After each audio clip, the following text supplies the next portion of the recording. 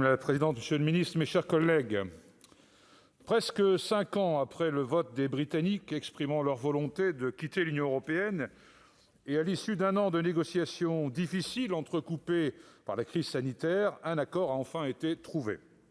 La performance mérite d'être notée tant la situation est inédite. Ainsi, l'Union européenne a dû faire avec un gouvernement Johnson aux abois, jouant son avenir aussi et sa crédibilité durant tout le processus. Ensuite et surtout parce que c'est historique. Un pays, et pas n'importe lequel, a fait le choix de quitter l'Union européenne. Puissance économique et diplomatique, Londres en était un pilier.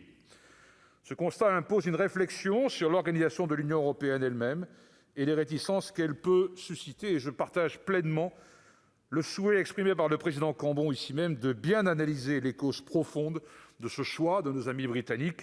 Ce choix nous interpelle tous et toutes. Il interpelle aussi directement la construction européenne. Plus qu'un espace de solidarité et d'harmonisation, elle est de plus en plus vue comme une machine technocratique et un espace de concurrence déloyale.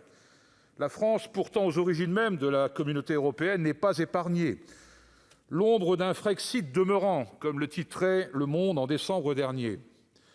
La privatisation passée ou à venir de plusieurs entreprises et services publics et la gestion parfois erratique de la crise sanitaire en cours n'a fait qu'ajouter des arguments aux tenants de la sortie.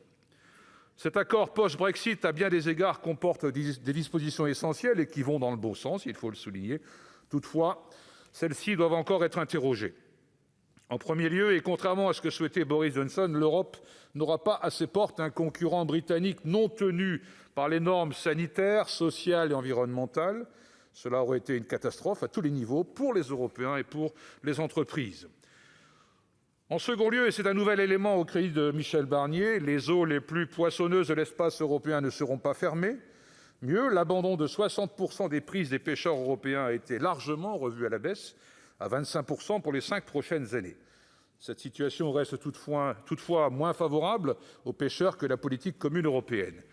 Si la Commission européenne commence à rattraper son retard, les délivrances de licences aux pêcheurs ont traîné. Les ports des Hauts-de-France ont fortement pâti de cet état. Il faut rappeler que 70% de la pêche artisanale et 96% de la pêche hauturière de Boulogne-sur-Mer, par exemple, se fait dans les eaux britanniques. Or, il y a 15 jours, seuls 16 des 150 bateaux avaient obtenu leur précieux sésame, leur permettant de travailler. À Dunkerque, la pêche artisanale, déjà dramatiquement affaiblie par la concurrence et la diminution des ressources halieutiques causée par la pêche électrique, risque de disparaître totalement. Sur ces deux sujets, et c'est mon premier point d'inquiétude, cet accord n'est que temporaire. La bonne nouvelle, c'est que cela implique un dialogue nourri entre l'Union européenne et le Royaume-Uni.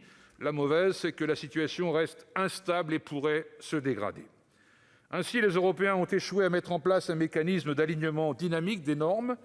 Je parlais tout à l'heure des évolutions que devait opérer l'Union européenne pour maintenir l'adhésion volontaire des États membres. La question de la production responsable doit faire partie des chantiers prioritaires et nous pouvons espérer un renforcement des normes dans les années à venir. De fait, l'absence de mécanisme de réalignement risque de conduire, dans les années à venir, à des normes britanniques en deçà des standards européens. Il ne faudrait pas, d'un côté, que l'Union européenne se résigne à ne pas renforcer la protection des Européens, et de l'autre, qu'on se retrouve dans la situation de dumping tant redoutée. Sur la pêche, ne risquons-nous pas d'assister en 2026 à une reprise en main britannique de ces eaux poissonneuses? La question se pose. L'Union européenne peut-elle garantir la protection des pêcheurs européens lorsque Londres pourra renégocier annuellement, avec sûrement l'ambition d'augmenter le taux d'abandon des prises européennes? Autre question. Tout reste à faire dans ce domaine. La City reste une plaque tournante essentielle de la finance mondiale. Les annonces récentes de Boris Johnson doivent nous inquiéter. Il envisage en effet de créer 10 ports francs sur son territoire, à l'instar de ceux qui existent au Luxembourg ou en Suisse, par exemple. Nous pourrions ainsi avoir à nos portes un Singapour sur Tamise. Il y a bien eu quelques transferts en direction d'Amsterdam, de Dublin, de Paris même, mais la suprématie de la City n'est pas entamée sur le fond.